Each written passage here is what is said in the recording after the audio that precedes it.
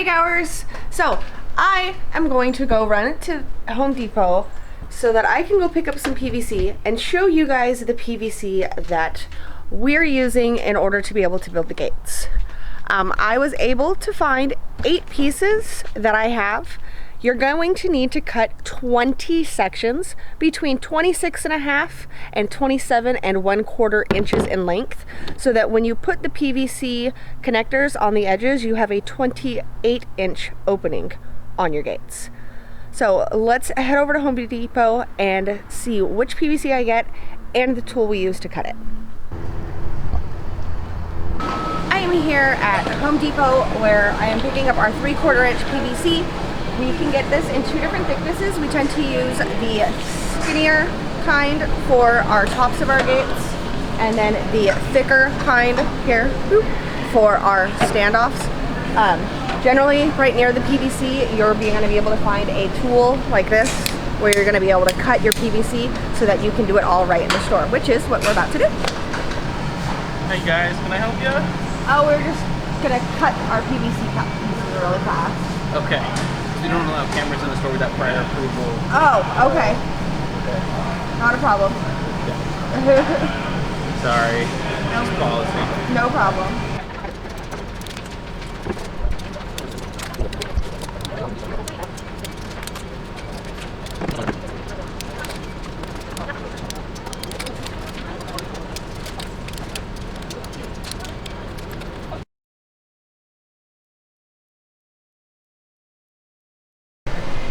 I was going to get the couplings here. $4.39. Way too expensive. Get them at fyscrafts.com.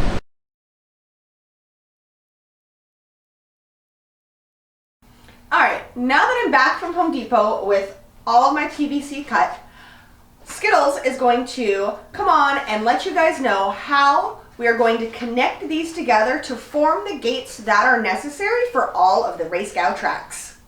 Hello, I'm Dan Sugano, aka FPV Skittles, and today I'm going to be going over the rules for building the RaceGOW tracks. I'm going to show you 3 different ways to build the tracks with PVC, with existing loop gates, and just out of everyday items at home, and show you why building with PVC is going to be your best and easiest option. So first, if you're building with PVC, you need 20 sections of PVC, and you need to cut them between 26.5 and 27.25 inches. And I'll show you why in a second. And then next you're going to need a set of PVC connectors. You can get them from fyscrafts.com in a pre-made set, or just buy them yourself. What you're going to need is 4 5-ways, which is a cross on the bottom with one coming up, 2 4-ways, like a 3-way elbow with an extra one, 4 regular elbows, and 6 T's. So that's what we have here in the pack. And then along with the 20 sections and the few extra scrap sections you have cut off, that will allow you to make all of the RaceGOW tracks. So, as an example, today we're first going to build the IGOW Season 3 Week 15 Mini UTT track as an example with the 3 different options. So first, with PVC, you're going to start out by building the start-finish gate. So if you got the 2 different thicknesses of PVC, I suggest using the thicker PVC for the up and down sections, and then the thinner PVC for any cross sections or any sections that are elevated. So first, start by building the start-finish gate. So we're going to take 2 of the 5-ways and connect them for the base piece across the ground. And then stick sides going up, 2 corners, and finally complete the gate with the top section. Now it will stand with the 5 ways on the ground, but if you hit it, it's very wobbly, it can fall over. So what I suggest, take some of your scrap PVC pieces and stick them opposite directions. Then your gate's not going anywhere. Alright. So we've got the start gate built there. Now, another tool you'll need probably is a tape measure to double check all your measurements. So, the rules for the gates are that there's a maximum of 28 inches in the open inside area. So let's check that here. We're good. We got 27 3/4 down and 27 7/8 up. So that's why I gave those suggested lengths, 26.5 to 27.25. That will get you, that will make sure that you're always under the 28-inch maximum opening, but also it will allow something, as you can see here when I build the next piece, which is going to be the set of 2 gates here on the side. So if you're wondering, yes, you always need a section of PVC or some part of the gate along the ground. The ground itself cannot form the bottom of the gate. So another benefit of using PVC is that when you put 2 gates next to each other and build them here like this, out of 7 sections, you automatically will be within the limitations for the center line to center line distance of gates, which must be between 27 and 33 inches. So the 2 rules are that your gate is a maximum of 28 inches squared open distance, and that you match the center line to center line of gates within plus or minus 3 inches of what's called out. So here the minimum is 27, and the maximum is 33.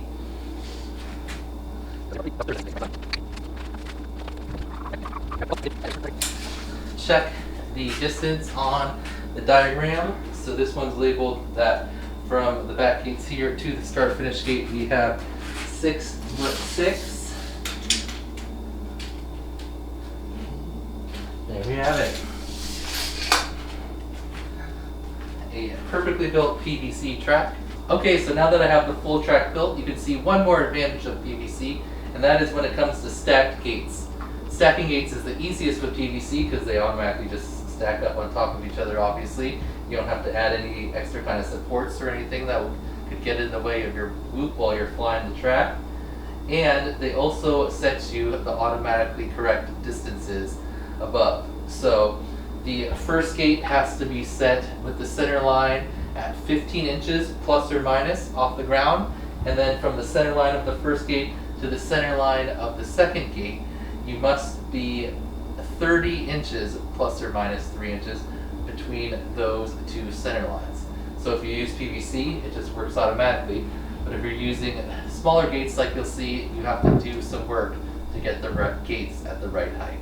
Alright, my next build is going to be with existing gates that I have made before.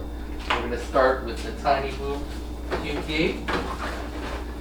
You could technically fold this out into all 4 gates along the base, but then I need to add things to stand it up. If I just use it folded like so, then it will actually stand up on its own.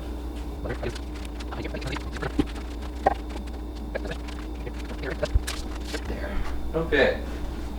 So as you can see, this setup still works, but not as clean.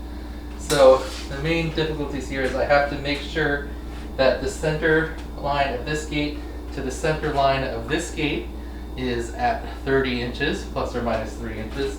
So right now, I've got it right there exactly at 30 inches. And then this was the tricky one here.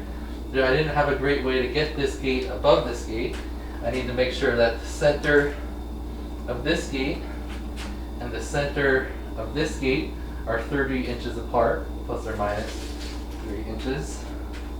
So, see there, I'm at 27.5, so cutting it close there to get it high enough. Now, all my gates. You can see this gate isn't quite lined up here, but as long as your gate is less than 28 inches square on the inside, and it would be in a position where it would fit inside the 28-inch square that would be there, you're okay. But as you can see here, the big drawback is now I've got this big pole stack here that's going to make it harder to fly around and get a fast time. Alright, so now we're with Skittles in the editing room, so we can point out a couple things from the pilot's videos from IGOW 3 Week 15. We're going to take a look at their builds and point out some things about the rules for RaceGOW track building. So first, we have a video here from Akira, and we can see that he's using PVC sections that make his gates smaller than the maximum 28-inch inside dimension, and that means he's had to space his gates apart a few inches to make sure that he gets the minimum of 27 inches from the center to the center of the gates. So just be aware of that. If you're using gates that are smaller than the maximum size, you may need to space them apart to get the minimum distance between gates. And that also applies to gates that are stacked up. So next we have this video from Average FPV, an IGOW team pilot.